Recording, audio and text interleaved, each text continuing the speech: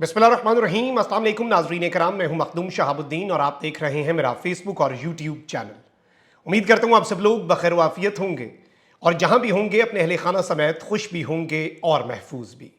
बड़ा sensitive time चल रहा है और इस सेंसिटिव टाइम के अंदर कभी भी कुछ भी हो सकता है।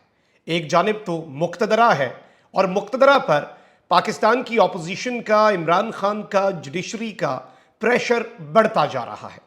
लेकिन इस सब के अंदर अब चूंकि सिस्टम लरज उठा है और पूरे का पूरा निज़ाम जो है वो एक रीबूट की तरफ जा रहा है। क्या निज़ाम लपेटा जाएगा या फिर निज़ाम की ड्राई क्लीनिंग हो जाएगी, ये इसमें से दो ही आउटकम्स हैं। लेकिन आज जो डेवलपमेंट्स हुई हैं ईद से कुछ दिन पहले, जो वर्किंग डेज हैं वो अदालतों के वाले से आपको पता है बड़े इंपॉर्टेंट होते हैं। दो जर्नैलों पर मुकदमा और उनकी गिरफ्तारी, पहला कदम उठ चुका है और ईद से पहले ही पूरे का पूरा सिस्टम हिल चुका है। इसके साथ ही साथ इमरान खान साहब ने एक स्टेटमेंट दी। उसके बाद एस्टैब्लिशमेंट के हवाले से एक क्लेम सामने आया कि ईद के बाद 9 मई के मुकदमात अपना जुडिशल कोर्स इख्तियार कर लेंगे, यानी 9 मई के मुकदमात के अंदर हम मजीद, आप एक्सपेक्ट करें कि मजीद सख्ती के साथ अब चीज़ें होंगी। लेकिन इमरान खान ने क्या किया? इमरान खान ने ईद का इंतज़ार नहीं किया। इमरान खान ने ईद से पहले ही एक बहुत बड़ा हुक्मनामा जारी कर दिया है और 9 मई के हवाले से कप्तान का ये इंतहाई कदम है। ये मुक्तदरा के साथ तसादुम जो है और इसे पाकिस्तान के जो मुक्तदर हल्के हैं वो किस तरह से रिसीव करेंगे, ये डिटेल्स भी आपके सामने रखनी है। और सबसे बड़ी और कंसर्न वाली खबर तो हमारे भाई इमरान रियाज खान के हवाले से है, क्योंकि उनकी जान को खतरा, इस हवाले से कंफर्मेशन आई है। और चकवाल में हो क्या रहा है इस वक्त, जहां पर उनका फार्म हाउस है, वहां पर क्या खिचड़ी पक रही है, पूरी की पूरी डिटेल्स जो है वो एक एक करके आपके सामने रखनी है। अगर अभी वीडियो को आपने लाइक नहीं किया तो लाइक जरूर कर लें। हमारे चैनल्स को ये लोग रिपोर्ट करते हैं क्योंकि हमारा तर्ज सहाफत इन्हें पसंद कोई नहीं है, ये नहीं चाहते कि हक और सच की बात हो, तो ये रिपोर्ट करने शुरू हो जाते हैं। इस असर को जाहिल अगर करना है तो वो आपके लाइक्स और कमेंट्स ने करना है, क्योंकि वो एंगेजमेंट बढ़ती है उससे। So that is very important for us. सबसे पहले नाज़रीन किराम, दिलचस्प खबरें हैं जो आपके सामने एक एक करके रखता हूं। पीटीआई ने एक जानिब तो चेयरमैन सेनेट और डिप्टी चेयरमैन सेनेट का जो इंतखाब है उसके हवाले से इंतहाई कदम और एंड तक जाने का फैसला किया। मुनाफिकत की इंतहा चेक कीजिएगा कि वजीर आला पंजाब का इंतखाब होता है, इलेक्टोरल कॉलेज पूरा नहीं है, मखसूस नशिस्तों वाला पीटीआई मुद्दा उठाती है, इलेक्शन हो जाता है, फिर भी उसके बगैर ही हो जाता है। वजीर आजम का इंतखाब मखसूस नशिस्तों के बगैर, commander in chief of the armed forces सदर मुमलिकत का इंतखाब, इलेक्टोरल कॉलेज पूरा नहीं है, मखसूस नशिस्तों के बगैर। लेकिन उसके बाद चूंकि सेनेट के अंदर जो खैबर पख्तूनख्वा से सीटें हैं उनमें आपने मखसूस नशिस्तों के अंदर वारदात डालनी है, पीटीआई को 2 सेनेटर जो हैं उनसे महरूम करना है 2 सेनेट की सीटों से, तो अब इसलिए वो मुलतवी कर दिया केपी में इंतखाब। अब सेनेट का भी इलेक्टोरल कॉलेज पूरा नहीं है, लेकिन चेयरमैन और डिप्टी चेयरमैन सेनेट, मतलब मुनाफिकत की इंतहा से भी कुछ आगे की इंतहा जो है वो इस वक्त चल रही है। यानी जहां पर पाकिस्तान तहरीक इंसाफ को सूट करता है कोई कानून, तो वो कानून के ऊपर अमल दरामद नहीं होगा। जहां पर सिस्टम को वो सूट करता है उस पर ऐसा अमल दरामद होगा कि दुनिया देखेगी। और ये एक ही सांस में दोनों हुक्मनामे भी जारी कर देते हैं। मतलब कोई इन्हें, वो जो होता है ना कि आप हुज्जत ही तमाम करने के लिए कोई ऊपर से आप ऊपर से ही कोई चीज दिखा दें, कोई कागजों का पेट भर, नहीं, सीधी ब्लेटेंट किस्म की आपने ये सारी चीजें करनी है। अब पाकिस्तान तहरीक इंसाफ जो है उसने एक और काम किया है। पाकिस्तान तहरीक इंसाफ ने चेयरमैन और डिप्टी चेयरमैन सेनेट के इंतखाब के खिलाफ दरखास्त सेक्रेटरी सेनेट को जमा करवा दी है, जबकि इंतखाब अदालत में भी चैलेंज कर दिया है। पीटीआई के सेनेटर सैफुल्लाह नियाजी की जानिब से सेनेट सेक्रेटेरिएट में जमा करवाई गई दरखास्त में कहा गया है कि खैबर पख्तूनख्वा के सेनेट इलेक्शन तक चेयरमैन और डिप्टी चेयरमैन सेनेट का इलेक्शन मुलतवी किया जाए। और इलेक्शन जो है वो पाकिस्तान तहरीक इंसाफ ने इस्लामाबाद हाई कोर्ट में भी चैलेंज कर दिया है। पीटीआई के 5 सेनेटर्स ने चेयरमैन डिप्टी चेयरमैन का इंतखाब रोकने के लिए दरखास्त दायर कर दी है।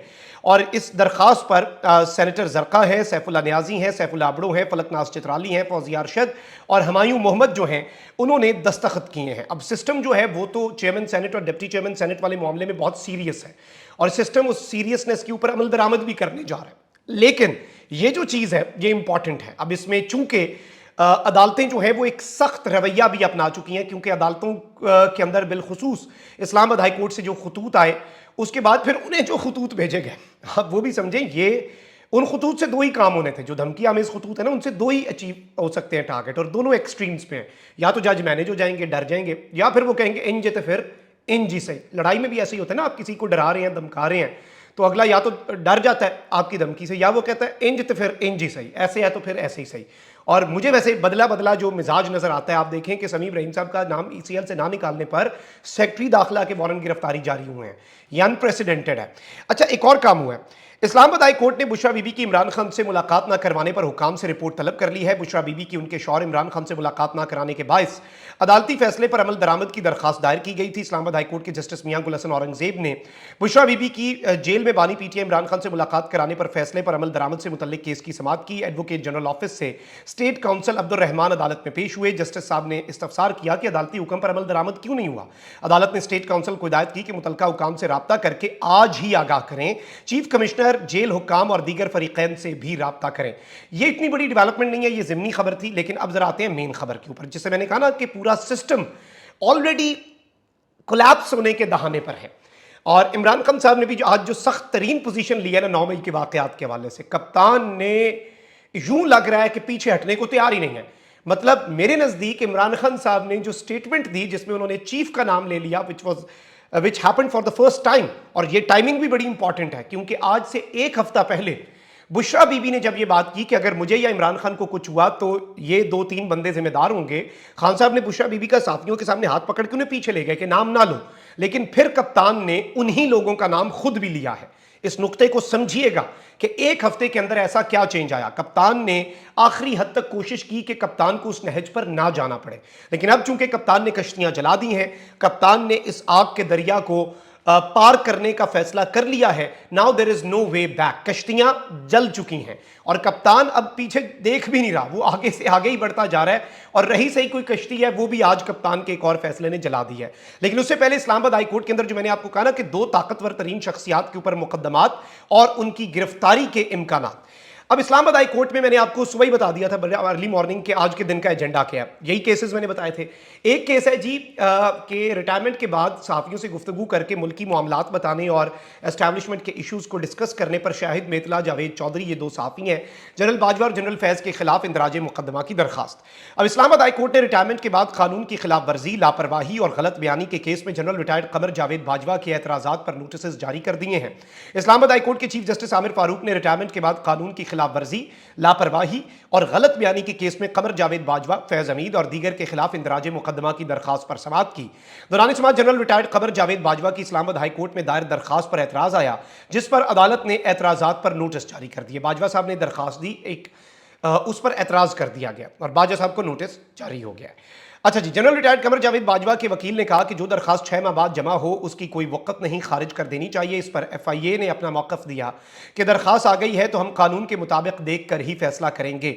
चीफ जस्टिस आमिर फारूक ने कहा कि FIA को पहले देखना है कि इसमें कोई जुर्म बनता है या नहीं। इससे कबल 22A का केस आया था, उसमें सीनियर जजेस ने ऑर्डर किया था कि जिन सीनियर जजेस ने ऑर्डर किया मैं वो ऑर्डर नहीं करता। अदालत में उन्होंने यानी ये बात कही है कि मैं उस तरह से चलें चीज़ें नहीं करता, लेकिन आप ज़रा खुद देख लें। अदालत में सहाफ़ी के वकील ने दरखास्त पर एतराज़ करते हुए कहा कि केस डिवीजन बेंच को भेजने की इस्तदा की कि 2 जजेस बैठें। यानी आमिर फारूक साहब के ऊपर भी अब एतराज़ात हो रहे हैं। मतलब खुदा का कुदरत। इस पर चीफ जस्टिस आमिर फारूक ने कहा कि देखेंगे पर्चा दें या ना दें, मेरा काम ये नहीं, काम फिर भी FIA का है। कल को क्या पता FIA कह दे कि पर्चा बनता है या कुछ कह दे कि पर्चा नहीं बनता।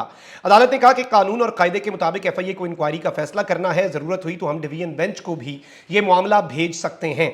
जस्टिस आमिर फारूक ने कहा कि यह भी नहीं कहूँगा कि रोज़ाना बुलाकर तंग करें या तंग ना करें, जो भी तफ्तीशी होगा उसे कहें कि कानून कायदे के मुताबिक देखें। यानी बाजवा और फैज़ को बुलाएं, मैं ये भी नहीं कहूँगा रोज़ाना बुलाएं, मैं ये भी नहीं कहूँगा ना बुलाएं, जो कानून और कायदा कहता है बाजवा और फैज के साथ वो करें। अदालत ने FIA में दायर दरखास्त पर FIA को कानून के मुताबिक फैसला करने की हिदायत करते हुए एतराज़ात पर नोटिस जारी कर दिए और समाअत गैर मुअय्यना मुद्दत तक के लिए मुलतवी कर दी है। अब ये डेवलपमेंट भी कोई छोटी डेवलपमेंट नहीं है, एक बहुत बड़ी और अहम तरीन डेवलपमेंट है। अब रहती है इमरान रियाज वाली खबर और इमरान खान साहब वाली। एक जानिब तो आप ये देखें कि 9 मई के वाक़यात के ऊपर पाकिस्तान की मुक्तदरा बहुत क्लियर है और इस्टेब्लिशमेंट की तरफ से कुछ साफ़ियों के ज़रिए ये पैगाम आया कि जी 9 मई के वाक़यात, कोई एक तो ढील और ढील नहीं है। 9 मई के वाक़यात अपना जुडिशल कोर्स इख्तियार करेंगे, जुडिशल रास्ता इख्तियार करेंगे, रगड़ा लगेगा, ईद के बाद दमादम मस्त कलंदर होगा। और इस सब के अंदर यह भी कहा गया कि अगर आप 9 मई के वाक़यात अगर आप चाहते हैं कि बात हो तो ऑफर्स भी दे दी गई कि 9 मई के वाक़े के प्लानर, सहूलतकार जो हैं बीच में इन्वॉल्व हैं, उसके executors, planners, facilitators, mastermind, everyone, वो सब आकर कौम से माफ़ी मांगें, जुर्म का एतराफ़ करें, उसके बाद फिर हम देखेंगे कुछ कि आप गारंटी दें कि आइंदा ऐसा कुछ नहीं होगा। खान साहब ने इसका जवाब क्या दिया? ये इंटरेस्टिंग है ना। जवाब कभी आप जुबान से देते हैं और कभी अपने एक्शन से देते हैं, और कभी कभी तो ये भी होता है ना कि actions speak louder than words. अब 9 मई के वाकयात के अंदर बहुत से लोग आपको पता है कि अरेस्टेड हैं, और कुछ लोग 9 मई के दिन पाकिस्तान तहरीक इंसाफ के वो जान से भी गए। पीटीआई का ये मौक़िफ़ भी है, पीटीआई उनकी तस्वीरें भी शेयर करती है, जो जाहिर बात है कन्फ्रंटेशन में कुछ जगहों के ऊपर गोलियां भी चली आगे से, उसके अंदर कुछ पीटीआई के लोग मरे भी। अब जाहिर बात है स्टेट का उसमें मौक़िफ़ ये है कि ये सारे लोग जो अरेस्टेड हैं, ये 9 मई के वाक़यात के अंदर मुलव्विस दहशतगर्द हैं, और जो लोग उस दिन अगर मर गए मज़ाहमत के अंदर, स्टेट का मौक़िफ़ मैं आपको बता रहा हूँ। स्टेट इसे किस तरह से देखता है? स्टेट इस तरह से देखता है कि एक हसास तनसीब पर हमला हुआ, उस हमले को नाकाम बनाते हुए शरपसंद जो है वो मारा गया। यही होगा मौक़िफ़, इसके अलावा तो और कोई स्टेट का इसके ऊपर बयानिया नहीं है। केपी गवर्नमेंट जो है उसने ये फैसला किया है कि 9 मई के वाक़यात के अंदर जो जान से गए, उनकी जो फैमिलीज़ हैं, उनकी फैमिलीज़ को बाज़ाब्ता तौर पर ईद पैकेजेस दिए जाएं, और जो लोग अरेस्टेड हैं उनकी फैमिलीज तक भी ईद पैकेजेस पहुंचाए जाएं। इसके साथ साथ बानी चेयरमैन तहरीक इंसाफ इमरान खान ने एक और हिदायत भी कर दी। This is not just limited to Khyber Pakhtunkhwa. तमाम मेंबरान असम्बली, टिकट होल्डर्स और पार्टी अहदेदारान ईद के दिन अपने मुतलका इलाकों में तहरीक हकीकी आज़ादी के शहदा और असीरान के ख़ानदानों के साथ ये ईद गुजारें। अब इमरान खान साहब ने कहा है कि हमारी इस तहरीक के अंदर जिस जिसकी भी जान गई, चाहे वो 9 मई या उससे पहले या उसके बाद, और जो लोग अरेस्टेड हैं 9 मई से पहले, उस दिन या बाद, उन सारे लोगों के आप घरों में जाएं और उनके साथ अपना ये दिन गुजारें। अब ये एक बड़ी अहम खबर है, ये मुक्तदरा के लिए बड़ी इंपॉर्टेंट है, and you have no idea how the power corridors are going to take this news. आप अंदाजा भी नहीं कर सकते अभी। लेकिन इमरान खान साहब का ये जवाब है मेरे नज़दीक, as a student of media and how I see things, मैं दोनों चीज़ों को एक बर्ड्स आई व्यू से भी देखता हूँ, फिर उसे नीचे उस लेवल पर आकर एनालाइज भी करते हैं, और ख़ुद को दोनों साइड्स की जगह पर रख के भी देखते हैं कि उन्होंने ये मूव क्यों किया होगा। तो खान साहब की तरफ से ये मूव, उनका एक असूली मौक़िफ़ जो अब उन्होंने अपना लिया है कि 9 मई के वाक़यात क्या थे, व्हाट इमरान खान थिंक्स, ये उस तरफ एक इशारा, इसमें कोई दूसरी राय नहीं है। अब जरा आ जाते हैं इमरान रियाज खान साहब के हवाले से बड़ी तशवीशनाक खबर है। साफ़ी हैं, हमारे दोस्त हैं फ़ाद शहबाज खान साहब, बड़ा बेहतरीन काम करते हैं। उन्होंने एक क्लेम किया कि एक सीनियर साफ़ी ने मुझे कहा कि देखो फ़ाद, ये मुझे मार देंगे, ये मंसूबा बन गया। अब उसके बाद चूंकि शक हो रहा था किसका, मुझे ज़ाती तौर पे फील आ गई कि इट्स अबाउट इमरान भाई, लेकिन मैंने उस पर बात नहीं की क्योंकि ऑब्वियसली फ़ाद ने नाम नहीं लिया। अब इमरान रियाज खान पाकिस्तान के दबंग सहाफ़ी, मायानाज सहाफ़ी, गायब रहे, उसके बाद फिर अरेस्टेड रहे। जो कुछ उनके साथ हुआ वो पूरी कौम ने देखा, वो रिकवर हुए अल्हम्दुलिल्लाह इस कौम की दुआओं से। महर शराफत इमरान रियाज खान साहब के दोस्त भी हैं, मरीम नवाज़ के खिलाफ इन्होंने इलेक्शन भी लड़ा, and he is a very close friend of IRK Imran भाई। इन्होंने ट्वीट किया है और इन्होंने अब कंफर्म कर दिया है, हाई अलर्ट, जैसे एक वार्निंग या अलर्ट जारी होता है ना, इमरान रियाज खान की जान को शदीद खतरा है, इमरान भाई को कत्ल करने के लिए टास्क दे दिया गया है। सहाफ़ी फ़हद ने जो इंकशाफ किया वो 100% दुरुस्त है। किसकी कब और कहाँ मीटिंग हुई, सब तफसीलात मालूम हैं। याद रखिएगा, शहीद अरशद शरीफ को ना बचाने का दुख तो पाकिस्तानी कौम को ज़िंदगी भर रहेगा, लेकिन ये कौम अपने भाई इमरान रियाज खान को तुम जालिमों से बचाने की पूरी ताकत रखती है। हम जानते हैं कि चकवाल वाली ज़मीन के दाएं बाएं सरकारी लोगों के रूप में किसके बंदे घूम रहे हैं, सब पर हमारी नज़र है। मेरी ये बात अच्छी तरह जहन नशीन कर लें कि अगर इमरान भाई को किसी भी जगह, किसी भी सूबे में खराज तक भी आई तो इसकी तमाम तर जिम्मेदारी मरियम नवाज और चंद अफराद पर आयद होगी जिनकी तफसीलात सबको मालूम है। मरियम नवाज के साथ ये जो चंद अफराद है ना, ये बड़ा इंपॉर्टेंट है। Let's just not talk about it yet, but I hope you can understand what Mehar Sharafat भाई मीन्स। बड़े इमरान रियाज भाई के लॉयल दोस्त हैं।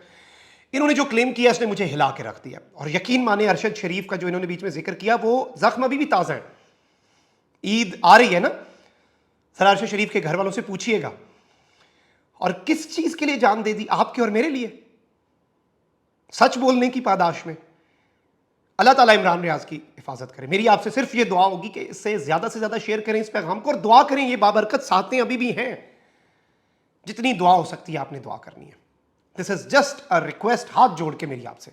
अल्लाह ताला इमरान भाई की हिफाजत करे। और ये जो इन्होंने बात की ना चकवाल वाली ज़मीन, इमरान भाई का वहाँ पे फार्म हाउस है, वहाँ पर दोस्त भी मिलने जाते हैं उन्हें, और वहाँ पे आपने कुछ वीलॉग्स भी देखे होंगे। तो उसके दाएं और बाएं दोनों तरफ अब ये जो बात है, और इन्होंने इशारा जहाँ पर जिस जगह पर पैगाम पहुँचाना था, सारी बातें सारी डिटेल्स नहीं दी मेहर शराफत भाई ने, और देनी भी नहीं बनती, लेकिन मैसेज जहाँ पर कम्युनिकेट करना था वो चला गया, ये याद रखिएगा। अपना बहुत ख्याल रखें। अल्लाह निगहबान पाक जिंदाबाद।